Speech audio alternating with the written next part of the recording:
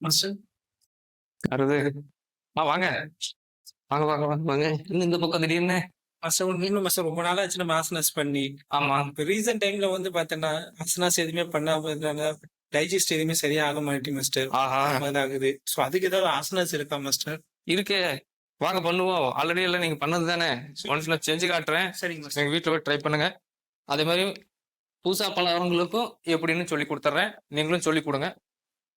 காலை நீட்டி நேரா உட்காந்துக்கிறோம். இந்த காலு கீழே கேப் இல்லாத மாதிரி வச்சுக்கோங்க. கையை மேல தூக்கணும். ஏன்னா கையை மேல தூக்கணும்னா மூச்சு இழுக்கலாம் நல்லா.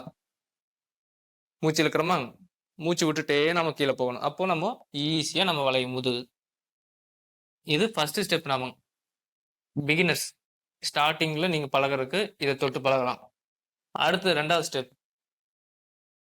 இந்த முழங்கை கீழே போய் முட்டை வைக்கணும். இது நீங்க பழகணும். இதை பழகிட்டீங்கன்னா அடுத்து தலை கீழே கொண்டு போய் முட்டை வச்சிடணும். அப்ப மடி மூச்சு இழுத்துட்டே மேல வர்றோம், கீழே வரும். இந்த 3 ஸ்டெப்பை நீங்க முடிக்கிறதுக்குள்ள பிகினர்ஸா இருந்தா அந்த உங்களுக்கு நீங்க சொன்ன அந்த செரிமான கோளாறு பிரச்சனை ஈஸியா சரியா போயிடும். இந்த ஒண்ணு பண்ணுங்க. இதே கோளாறு பிரச்சனைக்கு இன்னும் நிறைய ஆசனம் இருக்கு. அதை அடுத்தடுத்து உங்களுக்கு சொல்லித்தரேன். ஒவ்வொன்றா பழகும். நன்றி மாஸ்டர். வாங்க.